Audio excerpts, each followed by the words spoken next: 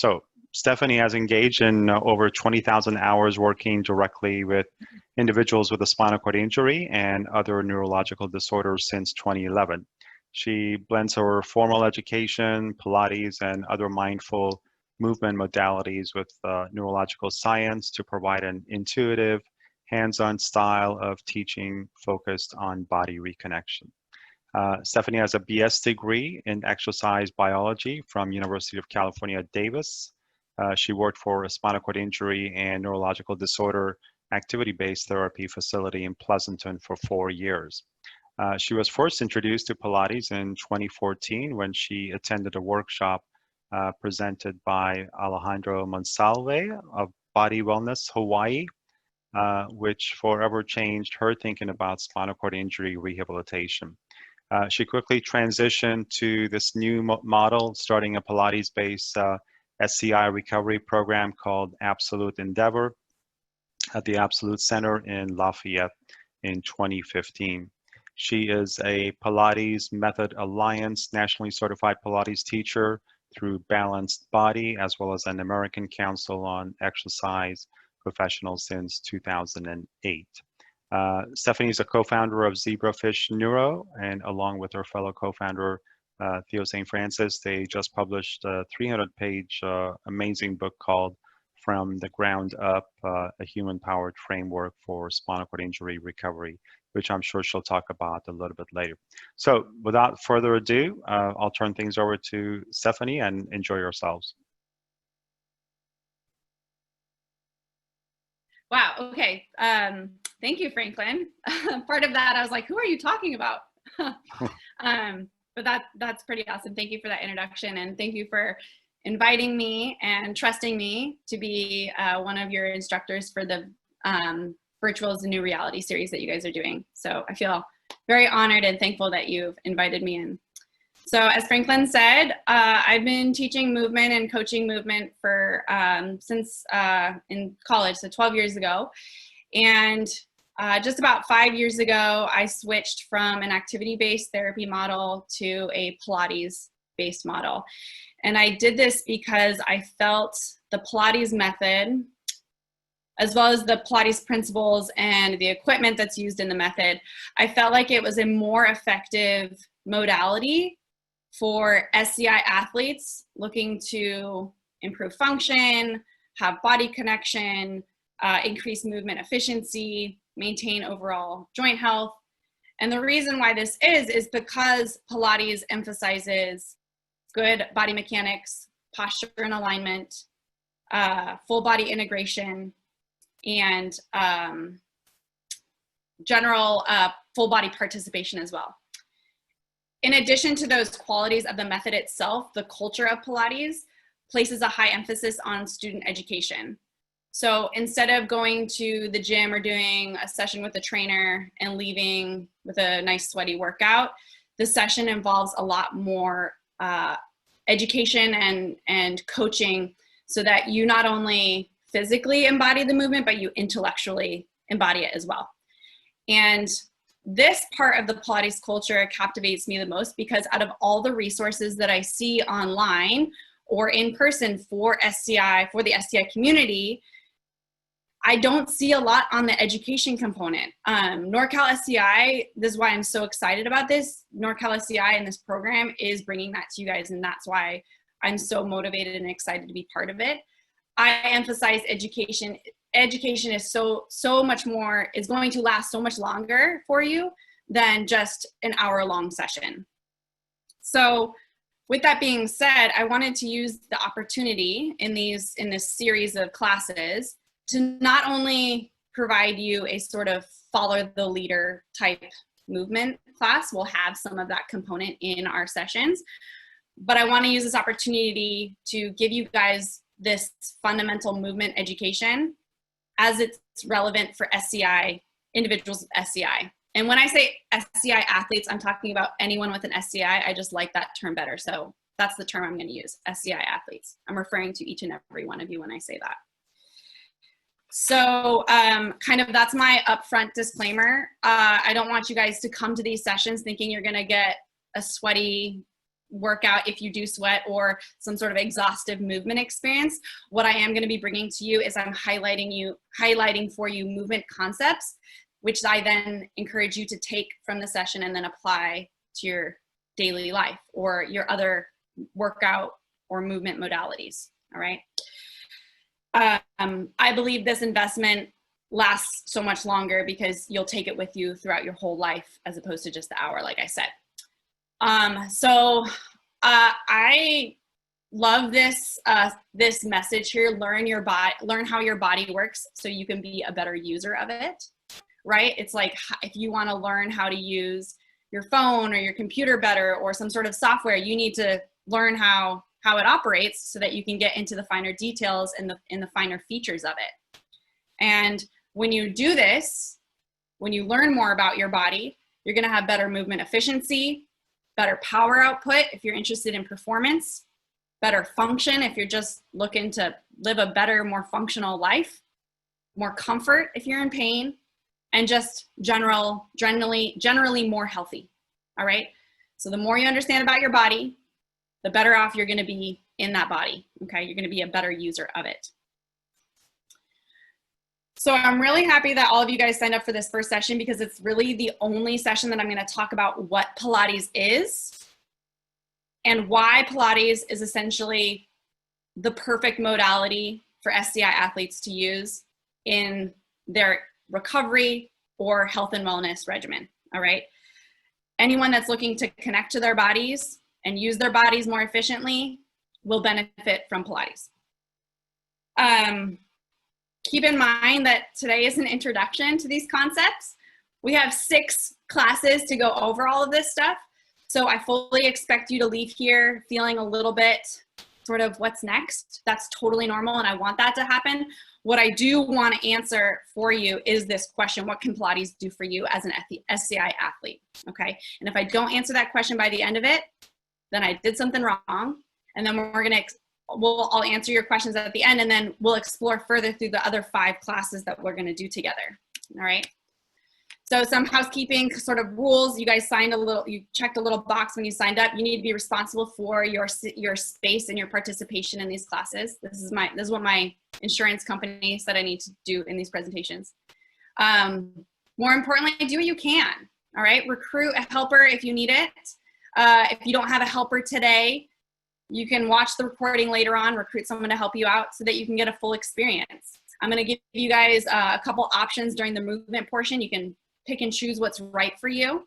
But again, don't be afraid to recruit a helper if you need it. And I really thrive on interaction. So I want you guys to interact with me as well. There's a couple ways that you can do that. Give me facial expressions. I have you guys on my TV big so I can see all of your faces. Give me expressions, give me a thumbs up, give me chat box stuff. If I ask you to unmute, you can share some experiences as well. And then most importantly, I want you guys to be curious. I want you to be curious. I want this to open up a can of worms for you so that down the line you're thinking, wow, what is the potential of this Pilates thing that she's talking about? What could it potentially do for me? Okay. All right, so what is Pilates? This is my first opportunity to interact with you guys. So I want to see, give me some sort of reaction, facial, arms, whatever. Who here has heard of Pilates before? Okay, probably that's why you signed up, so that's good. Who here knows a little bit what Pilates is? Come on, Lynn. Yeah, thank you. Good. Okay, that was about 50%. And then who here has done Pilates at some point in their life? Great. Awesome. Okay. So by the end of today, too, all of you guys will have answered me to that question, that last question, because we're going to do a little Pilates. Okay. So I'm going to go back to my screen share. I can't really see you guys when, oh, shoot. Franklin, can you screen share again for me? Sure. Hang tight. I guess when I turn off the screen, it turns off my things. All right.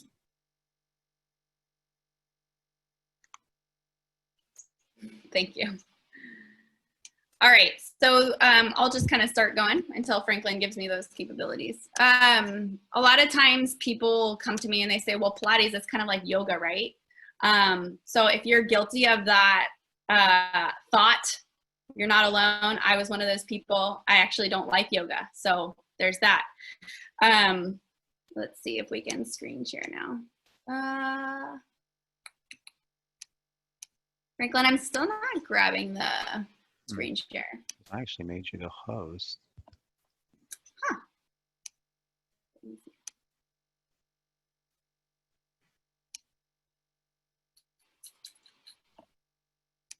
No, it's not.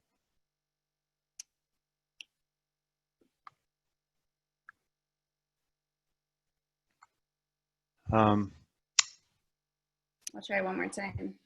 Yeah. I'm wondering if going back and forth between your video and screen share is causing that, because there was nothing that I could. Oh, there we go. There. What did you end up doing? I think, honestly, I think it was my user error. So Okay. Thank you. All right. So what is Pilates? A lot of times people say it's like yoga, right? And so my whole rebuttal of that is actually yoga, according to one of my yoga instructor friends, yoga, the origins of the physical practice of yoga was to help people feel more comfortable sitting in the same position for a long period of time during their meditations. So I think there's a fundamental difference when you look at the origins of what yoga is and then what Pilates is. The origins of Pilates, however, it's not an ancient method. It was created about 100 years ago by a guy named Joe Pilates. He was a real guy, Joe Pilates. And the origins of Pilates, believe it or not, one of the ways that Joe Pilates uses methods was to help people that were bedridden in the internment camps still enjoy the benefits of exercise. So when I learned this about Pilates, I was just mind blown because this is completely relevant to the population that I am working with, spinal cord injury athletes. So when you look at the history of Pilates and the more you break down the history of Pilates, you have a better understanding of why this is so appropriate for this population, for you guys, all right? Pilates is also usually described as a core workout, and I would argue that every exercise is a core exercise as long as you think about it in that way, but that's kind of for a different topic. I think Pilates as a core workout is an oversimplification of what it is. Really, it's about whole body integration, which also includes the core. It does stem from the core. And when I do my initial intakes with my SCI athletes, this is the number one thing that people tell me they want to improve is their core control. And so if that's you, you're in the right spot, right? Pilates can help you if you're looking to improve your core control because Pilates has such a deep-rooted foundation in integrating the core, okay?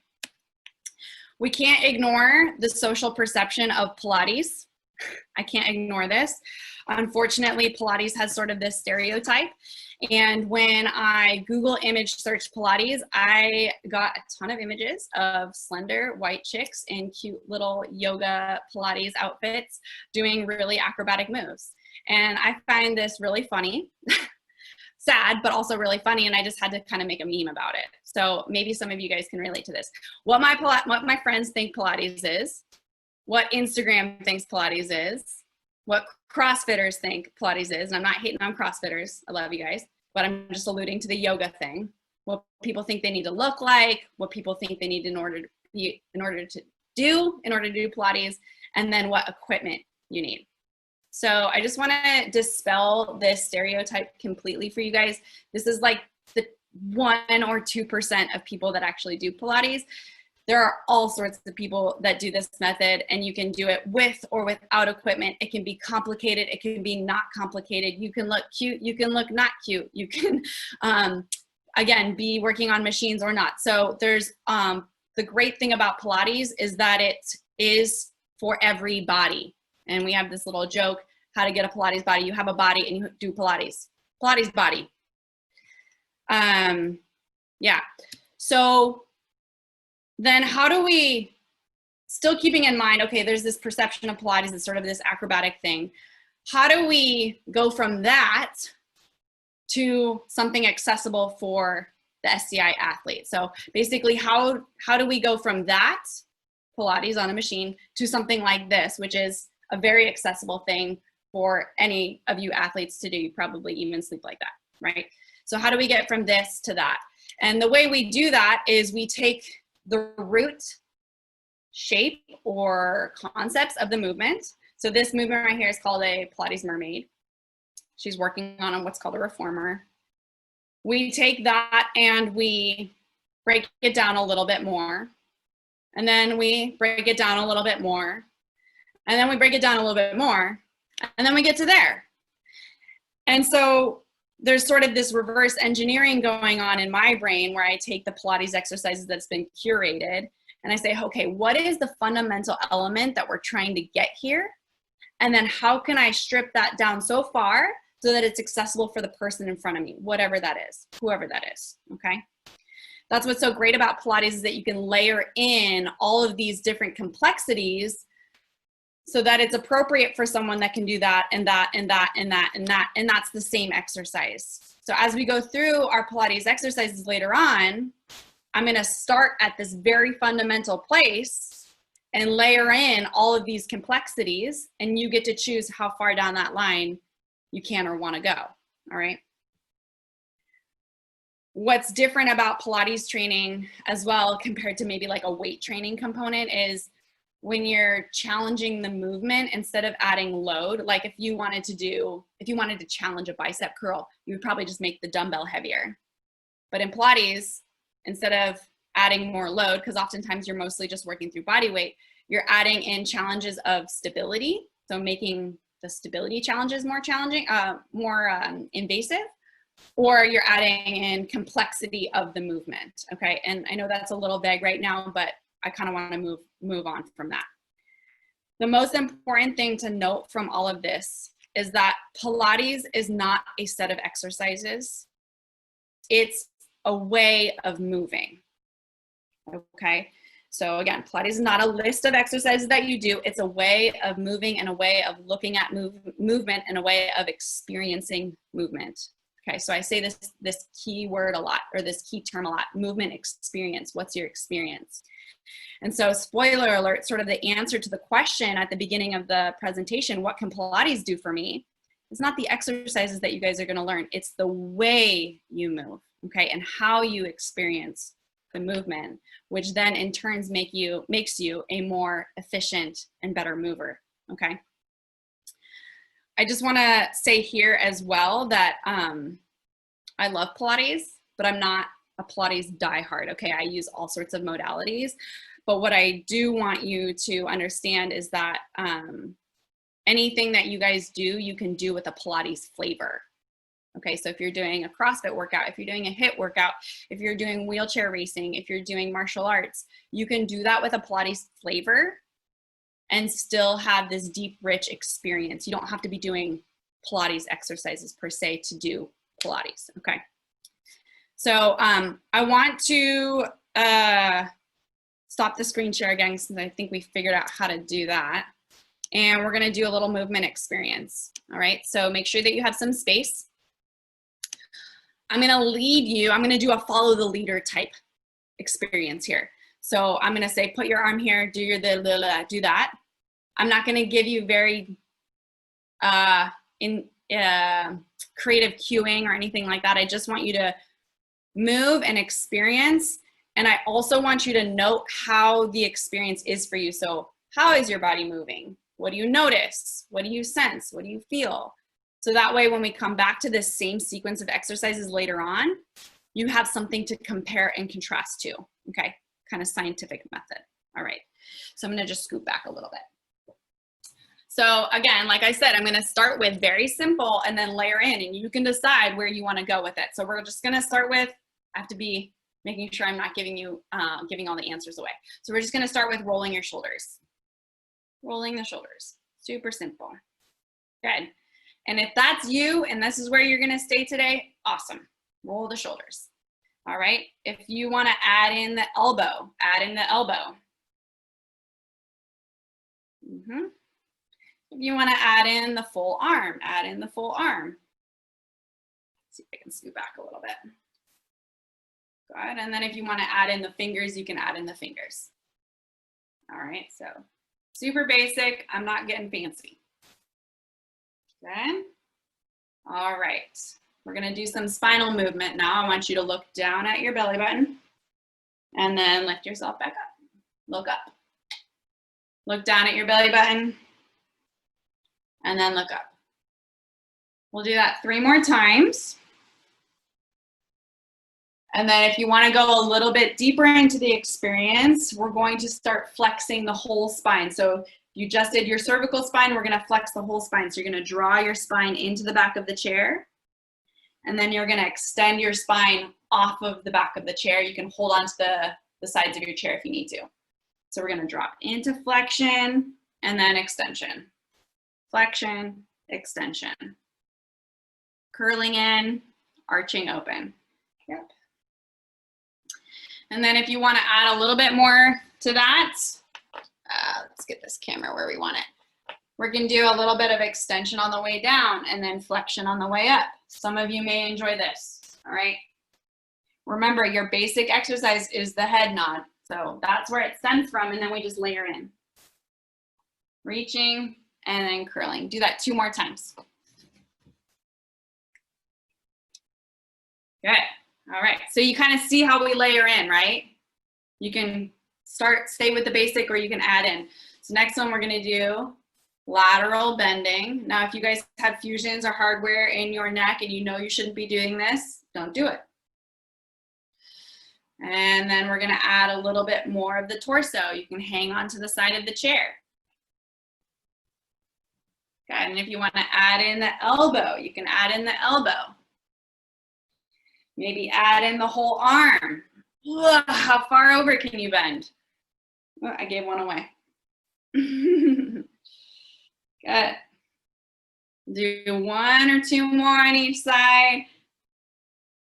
Good, and then bring it back to center. We're gonna do, so now we've done a few different spinal movements. We're gonna finish up with rotation. So we'll look over the shoulder, and then as you get moving, you can start adding in more torso. Those of you guys sitting far back in your chair, maybe scoot forward if you can. And then you can start really getting that rotation, maybe reaching behind with the arms.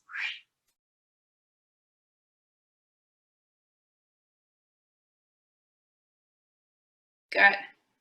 1 more time in each direction.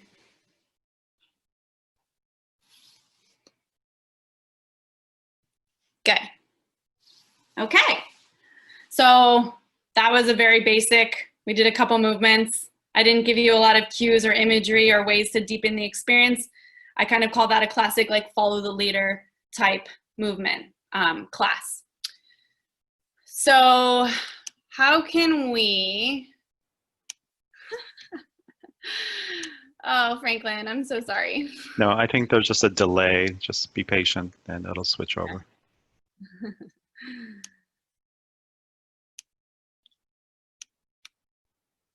So then my next bit is how can we spice that up? How can we spice up our movements? And I say, how can you, I'm still waiting for the screen share. How can you add some Pilates flavor to that movement to make it more exciting, a richer and deeper experience, maybe a more impactful experience, something that's gonna stick with you a little bit longer than just, oh, we did some spine movements and we moved around a little bit, okay? Let's see if that works. Franklin says host disabled attendee screen sharing. Is that me? Am I the host though? Didn't you say that I'm the co-host? There we go. Thank you. That worked. All right. So again, what can we do to give it some Pilates flavor? And what I mean by the Pilates flavor, like I said, is doing things with a little bit better alignment, a little bit more intention, attention to detail, control, self-support, all these things that we're going to get into in a little bit. And why is it important for SCI athletes to pay attention to these details of how they are moving? So not just the fact that they are moving. Yes, that's awesome. We love that. But paying attention to how we are moving, okay? It's important that we pay attention to these details to keep your joints safe, keep your joints healthy. I'm also assuming that a lot of you are looking to move more efficiently. So how can you use what you have to its maximum capacity? And then how can we integrate areas that maybe we aren't using so much? How would we be able to bring that into the game a little bit, okay? And so the Pilates method and the Pilates principles highlights that for us, gives us some answers on how to do those things, okay? Gives us control, efficiency, power, function, comfort, and health. I said that at the beginning. So these are the guiding Pilates principles. There's no quiz. You don't have to remember them, all right? When I go over them, some of you might have some light bulb moments like, oh, my trainer said that to me once, or, oh, I know that from this. And I just want to say, these are not revolutionary concepts. These are not original concepts. What Pilates has done is packaged them really well and delivered them to me on a silver platter, okay? So I hope you recognize these components and other things that you've done, and then I'm just refreshing them for you, okay? All right, so let's get into it. Precision and control. Pilates fact number 2, which I didn't make a slide for. The Pilates method was originally called contrology, so the study of body control. So if that sums up Pilates in sort of one word, then that would be it, the study of control, okay? And then we've added precision to that as well. Joe Pilates was a German man, and as a 3rd generation German, I can attest to the fact that culture is very regimented. And so you feel this style of regimented and systems and precision in his method. So there's that why the control and the precision is part of the Pilates method. In terms of precision and control for SCI, this to me is more along the lines of moving with intention. So hitting all the corners of your movement, making sure that your alignment is really good and safe. And if you don't know what the good and safe alignment is, well, then we're here to help you with that. And we're going to go through that in the other classes down the line. Trying to avoid compensation patterns as much as possible. And I know that's hard to do, but when you're in a dedicated movement session, trying to work outside of those compensation patterns, being able to perform the movement slow and controlled, not using momentum or excessive force, right? This would be the definition of efficiency, is using only the appropriate amount of energy needed for the task at hand. So being able to control those elements that go into the movement. I like to say that precision and control is demonstrates true ownership of a movement. So when you're able to do a movement really precisely, or as precisely as you can with really good control, you've really owned this movement. Okay, so you're not using aids to help you, you're not using a trainer to help you, you're really truly doing it on your own. Does that kind of make sense? We like precision and control. It's all about quality, really, just good quality movement. That's what it kind of comes down to. Number 3 and 4 is centering and concentration. If you're not concentrated on the task at hand, you're not going to be getting the maximum benefits of it, and you're probably not going to be helping your body heal. So making sure that you're really concentrated and focused on the movement and exercise that you're doing. Kind of along with that is awareness. So if you're not aware of what's going on in the body, then how can you ever change it? So making sure that you're concentrated and focused on even just kind of constantly surveying your body. And I talked about this before we did the last movement session. I said, just notice what's going on in your body. Just become aware of what's going on, because then we can affect change, okay? As you guys know, that when you are seated in like a seated balance position or doing any sort of movement, a small position change of about a centimeter or 2 can make or break your function, right? Or your ability to be able to do something. sometimes your body just needs to be positioned just right in order to hit that movement. And so understanding where this threshold or where this edge of ability is, and then pushing yourself there or past that edge of ability is how you're going to create change. But you have to understand where that edge is, all right? So change happens at the end of your comfort zone or the edge of your comfort zone, and you need concentration and focus and awareness to understand where that edge is. All right, number 5 and 6. Whole body movement and balanced muscle development. I think we need to make this one bolder for this group, right? So going back to that first Pilates fact, where Pilates originated from Joe implementing his techniques and exercises for individuals who are bedridden or really ill. And so he figured out a way to help people that couldn't move as well on their own move. And he did this through using apparatus. You can see here my friend and business partner, Theo, he's getting some help moving his legs using some spring and suspension from this sort of canopy piece of equipment. I do swear by equipment. I use equipment because it's easier on my body when I'm working with my athletes. However, I understand that not everyone has them. And of course, in pandemic, we don't have them in our home. But what's most important then is trying to feel or sense the body, sense the movement all over your body. So including the entire body in the movement is going to at least mentally engage the whole body, if not physically, okay? And usually I'll give this cue when I say reach through or push through, things like that. You'll hear those cues. Oh, right, I wanted to say something about whole body movement. Going back to efficiency, right? So if you want to be really efficient with your movement, you need to integrate as much as possible to its maximum capacity. So that's why it matters to you as an SCI athlete to be interested in whole body movement. We're trying to get as much working as possible to get you efficient. I'm going to discuss strategies on that topic, what I just said, in a few classes down the line. So if you're interested in that, I'll give you a heads up on that at the end of class. The part about balanced muscle development, this is about focusing on the smaller stabilizing muscles which support the larger muscles. Okay, so maybe we're talking about shoulder scapular stabilizers, so the small intricate muscles of the shoulder. Same thing in the hip, there's small stabilizers in the hip. Along the spine, you have really small muscles stabilizing the spine. Even things like the muscles in your wrist that help stabilize for better hand function, or intrinsic muscles of the feet. So when we focus on the finer details of movement, we get not only whole body movement, but then also balanced muscle development. What happens when you rely on external supports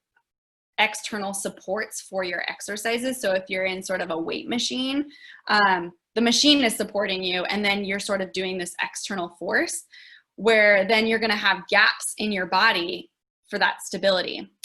Versus when you work in exercises that are fully self-supported, and again, these terms may not make sense right now, but they will.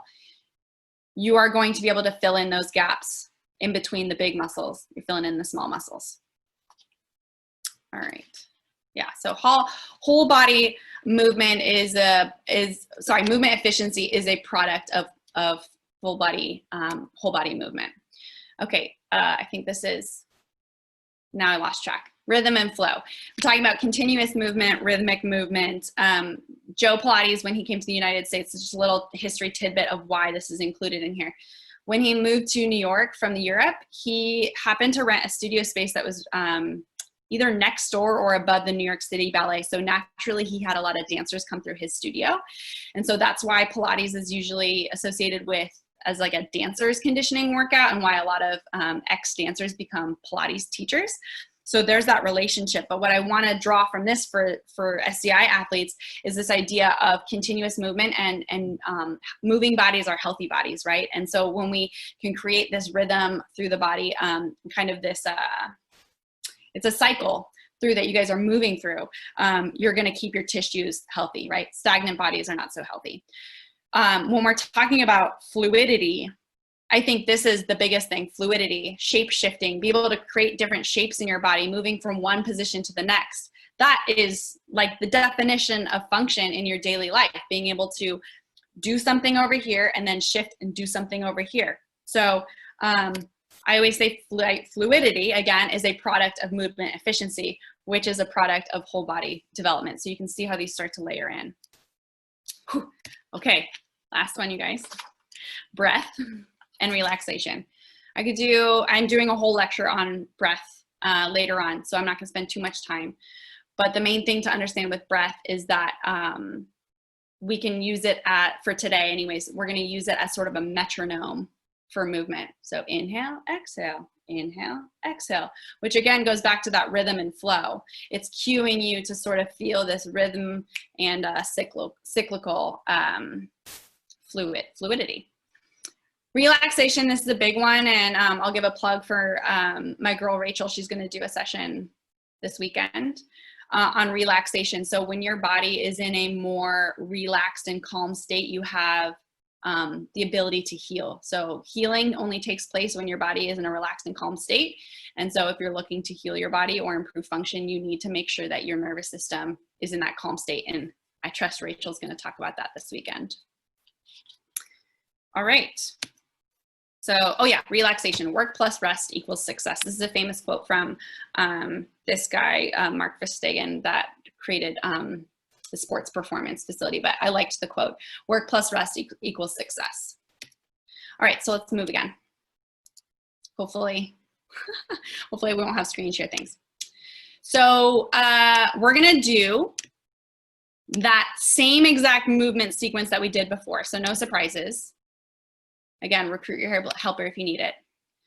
But this time, I'm going to give you more imagery, drawing in these principles of control, precision, breath, relaxation, rhythm and flow, centering, whole body movement, and balanced muscle development. I'm going to bring all of those concepts in. You don't have to remember them. And I want you to notice how this experience differs from the last experience, okay? And I'm hoping it's a little bit of a richer experience for you, okay? All right, so let's get going. So you guys know the drill. We're gonna do some circles. You know, it's getting dark in my apartment. Throw some lights on. Go ahead and do your circles. Oh yeah, there we go. Good. Now, when you're doing your circles, I want you to think about reaching into the corners of those circles. So like how far behind you and down can you go? How far forward and down can you go? How far forward and up can you go? And how far back and up can you do? So how big can you make those circles? If you want to start adding in the elbows, add the elbows. Good. As you're adding the elbows, or maybe even the arms, maybe even the fingers, all right? I want you to imagine that your fingers or your elbows or your wrists, whichever part resonates with you, extend longer than they actually do. So I want you to reach through your end point all the way through and see how much more range of motion or stretch you can get from that, okay? Good. All the way through your endpoints. Good. And I like to cue active hands. I know sometimes that's not relevant for you, so it'd be active knuckles or active elbows. Reaching those elbows out long. Okay, we're gonna do 5 more. 3, 2. And I know we're approaching the end time, Franklin. I'm almost done. Good. All right. So now we're gonna do that flexion and extension. Good. So we're going to start with nodding the head. Okay. You can start creating more spine movements. So more movement in the spine. Good. So now imagine you're pressing your back into the seat behind you as hard as it will go, and then extend and lift off. Send your heart through your shirt. And then flex as far as it'll go. Pull your heart through your shoulder blades and then push your heart forward. okay? And we're gonna do that a few more times. And I'm gonna add a little bit of fluidity to that when I come forward, and then I'm gonna bring my arms forward and I'm gonna extend. And then I'm gonna pull forward and extend. And I'm gonna feel that experience radiate through my limbs, wherever that is. Good. If you are leaning over, you may feel the need to push through your feet so that you don't topple out of the chair. All right? Integrate through the feet, or even pushing into the chair with your thighs. Yeah. We'll do that 2 more times. And last one. Nice. Good. We're gonna do your side bending next. So we start with here. If this is you, this is you. And then we maybe start to go a little bit more. And a little more. And then we start to reach.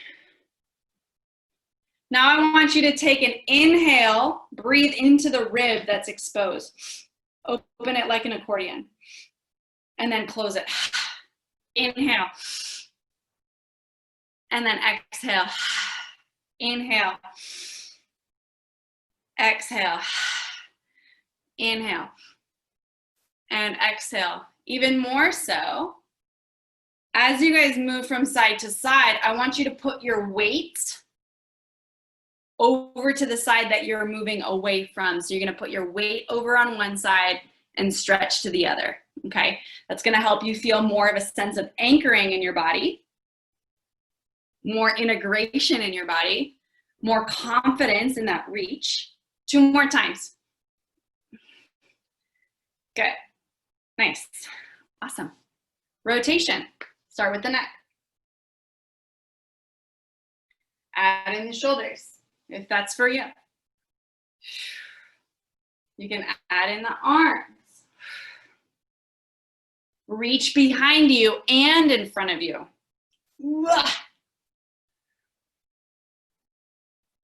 For rotation, you're going to shift your weight into the side that you're going to rotate into.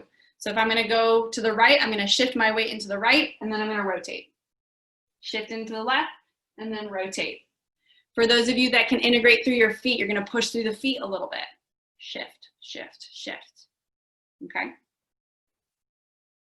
Nice. 2 more times there.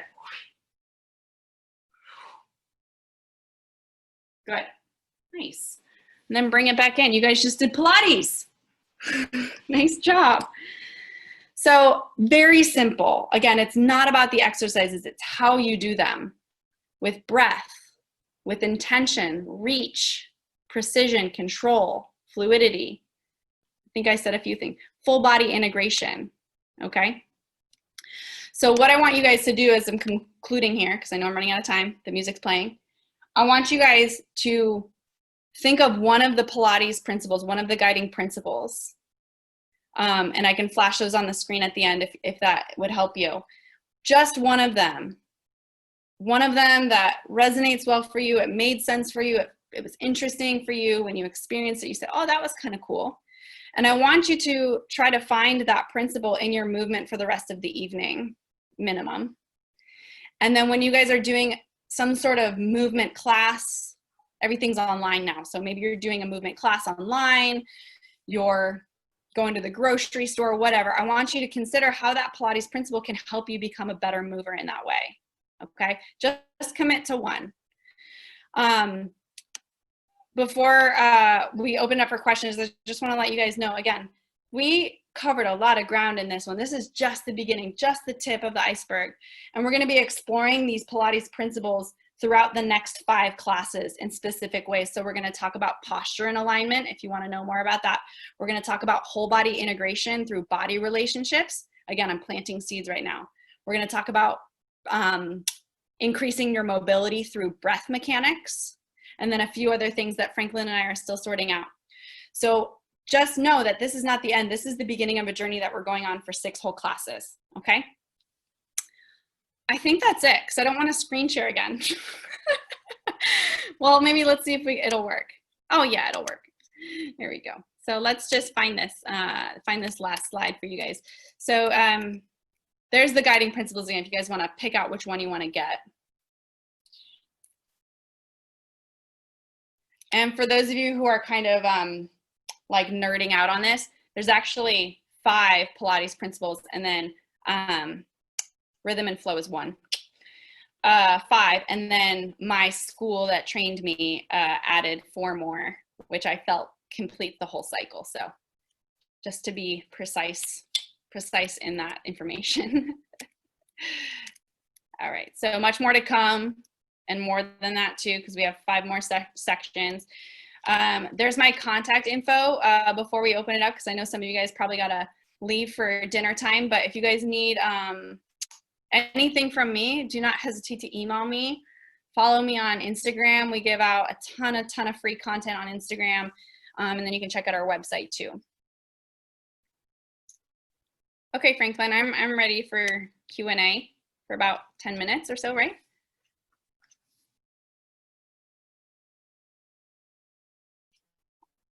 Should I keep squaring? Yeah, you have a question, Maria, I see you. Should I stop screen sharing? You guys got that? We good? Okay. All right, Franklin, are you gonna moderate questions, or should I just click on people?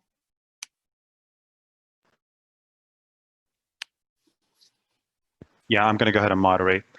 Okay, go for it. So everyone, this will be part of 6 sessions that we're going to be having kind of between now and early next year. And of course, these programs are made possible through a grant that we received from the Christopher and Dana Reeve Foundation a couple of months ago.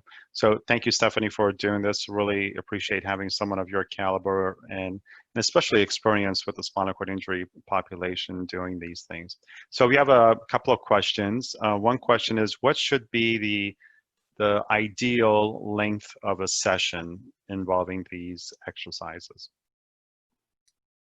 That's a really good question.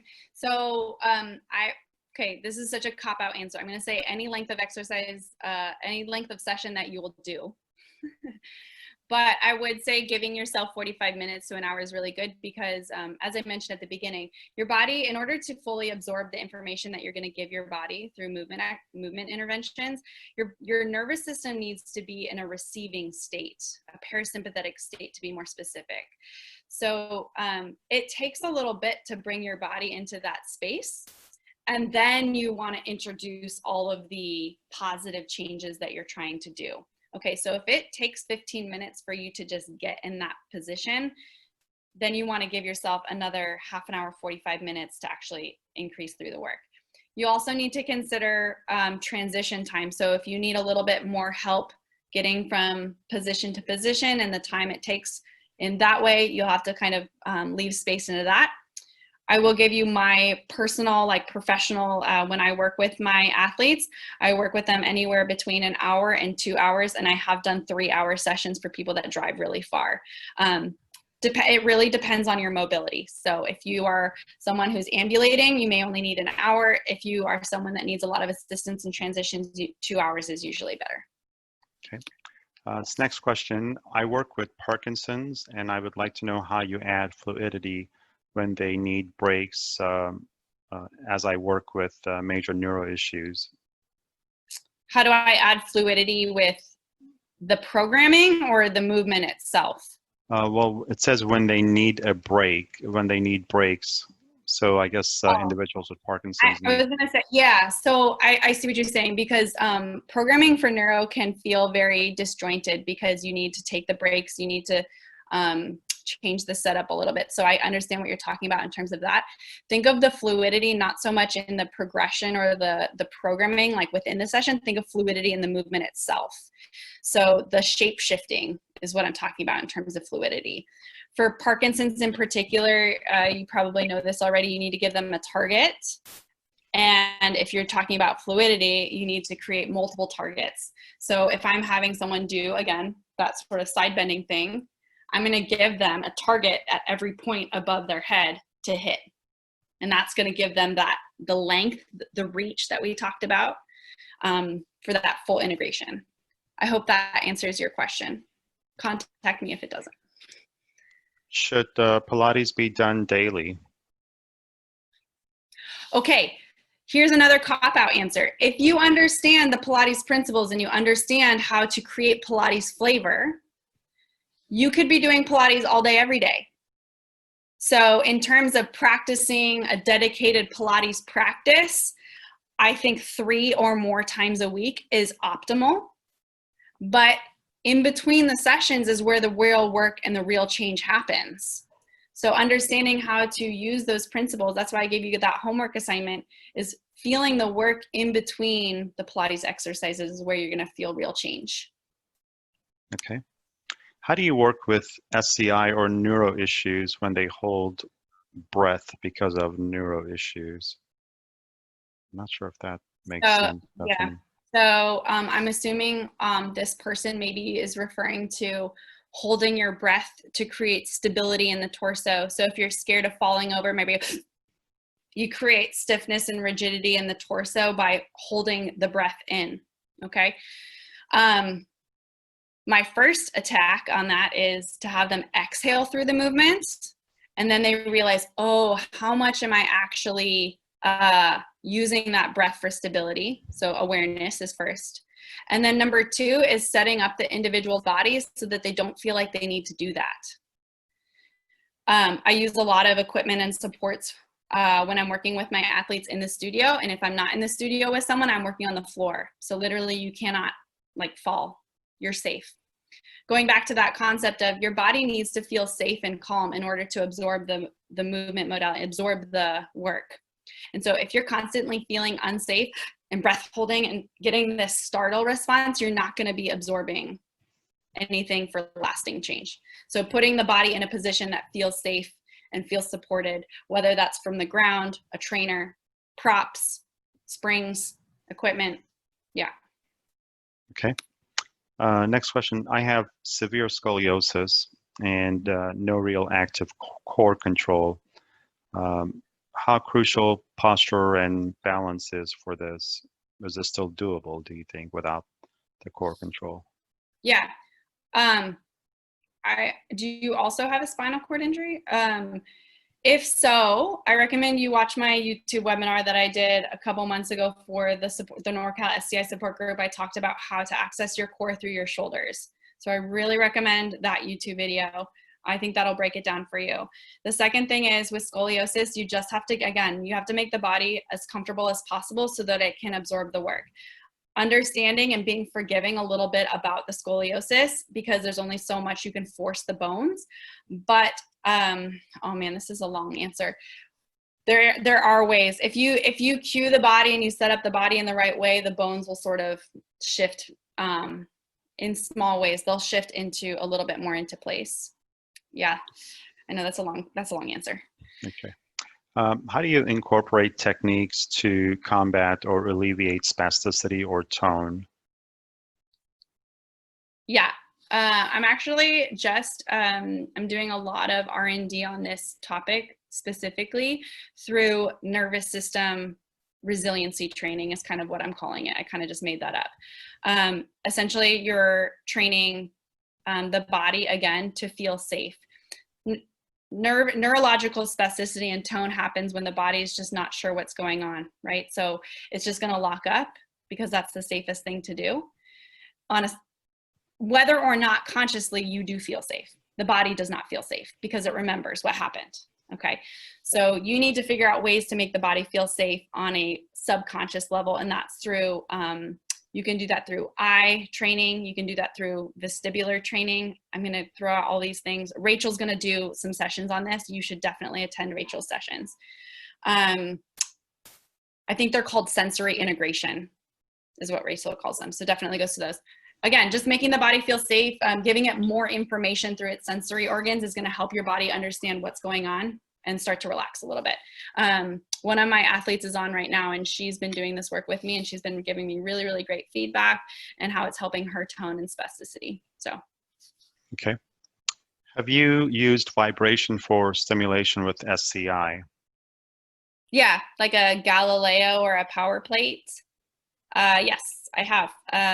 That's another way that you can that's another sensory input. That's exactly what I was just talking about. So Any way that you can give body more information, whether that's through vibration, externals like scratching, rubbing, textures,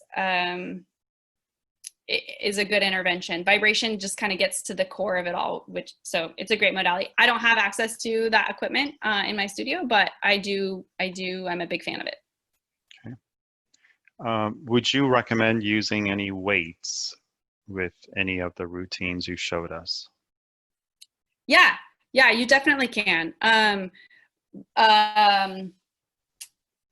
So in my process of how I see the recovery process, or even just like the movement learning process, there's 4 stages, and we go over this in our book. The first stage is awareness. The second stage is connecting, so understanding what you need to do. The third stage is patterning. And then the fourth stage is adding load. So generally, I would say you need to go through those first 3 stages to get to the 4th stage. However, there's some exceptions. Sometimes holding onto a weight can help you feel the movement a little bit better.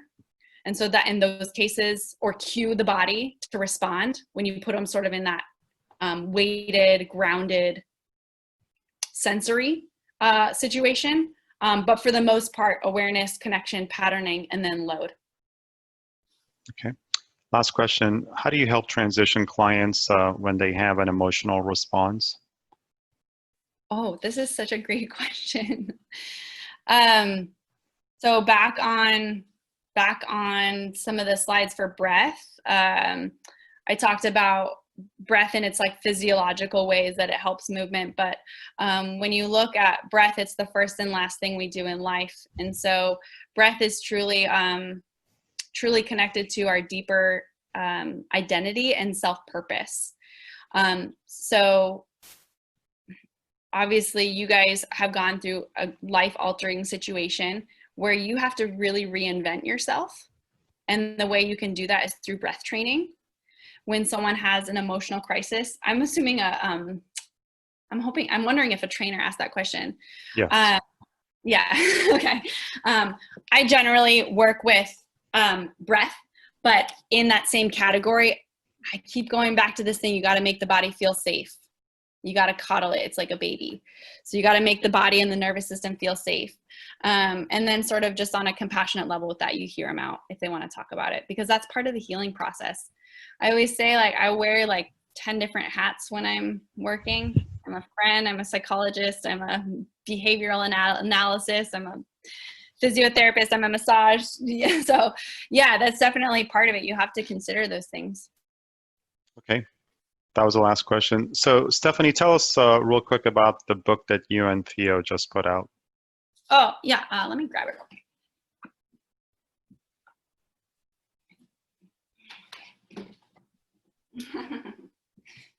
I wasn't planning to do a little share, but here we go. So this is the book that my previous client, friend, business partner, Theo St. Francis and I wrote. What we really love about this book is it's not just a how-to manual for how to recover, right? We put in all of this other background information, the philosophy, why we've chosen the exercises that we've chose to include. How do you execute those exercises? In what order do you execute those exercises? So the first 5 chapters of the book. So it's not a simple book, you guys. This was a labor of love. It took us 3 years. So this first bit is kind of all about philosophy and sort of background information. First part is background information. The second part takes you through those stages. So awareness, connection, patterning, and then load. There's a whole chapter on anatomy and how to see alignment. There's a whole chapter on compensation patterns, how to break down compensation patterns and work through those. So if you're looking to have more efficient movement outside of those compensation patterns. And then the last section is all about implementation. So how do you implement the concepts that we've introduced? So there's a ton of exercises that you can do. There's a bunch of exercises on the floor, no equipment, and then a bunch of exercises where you are using equipment. All right.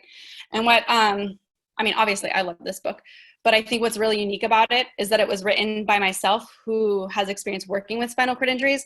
And then my co-author, Theo, he has a C6 incomplete spinal cord injury from 5 years ago. So it has his perspective on the whole healing process as well as my perspective. So I think that's a really unique and interesting point as well. The way you get it, you guys can see it on our website, zebrafishneuro.com. Yeah. Okay. Thanks, Stephanie. You're welcome. As Stephanie mentioned, on Saturday at 11 o'clock, another good friends, or two good friends of ours, Rachel Kahn and Erin Hallett, are going to be conducting a session. It's called Revitalizing Reset, Mindful Movement, Meditation, and Self-Release Techniques for SCI. And again, all of these sessions are free, by the way, and they're made possible by the grant that we received from the Reeve Foundation. So strongly encourage you to get ready for another great session on Saturday morning that you can register for. The information is on our website. Again, this session has been recorded, so we'll make it available to all of you on Tuesday, okay? And I think that's everything that we wanted to cover. Those of you that have questions that you still wanted to ask Stephanie, but you forgot, again, shoot us an email if you want, info@norcalsci.org, and I'll forward them on to Stephanie. I know she flashed her email address towards the end of her presentation, but either one of us would be more than happy to answer those questions. Now, finally, I got to see all of you doing those exercises, and I saw a couple of you that were just sort of slacking off. So you can be sure that I'll be contacting you to chew you out, okay? I'm kidding. All right, everyone, have a great night. Thank you, Stephanie. This was really wonderful. Thanks for doing this. And again, Stephanie is going to do 6 of these sessions over the next several months. So just keep your eyes and ears plugged in to our newsletter, to our website, to our Facebook pages, and that's how you get to know about them. And then next Tuesday, you'll all get a dedicated email with a link to the video, okay? Have a good night, everyone. Thanks again for joining us.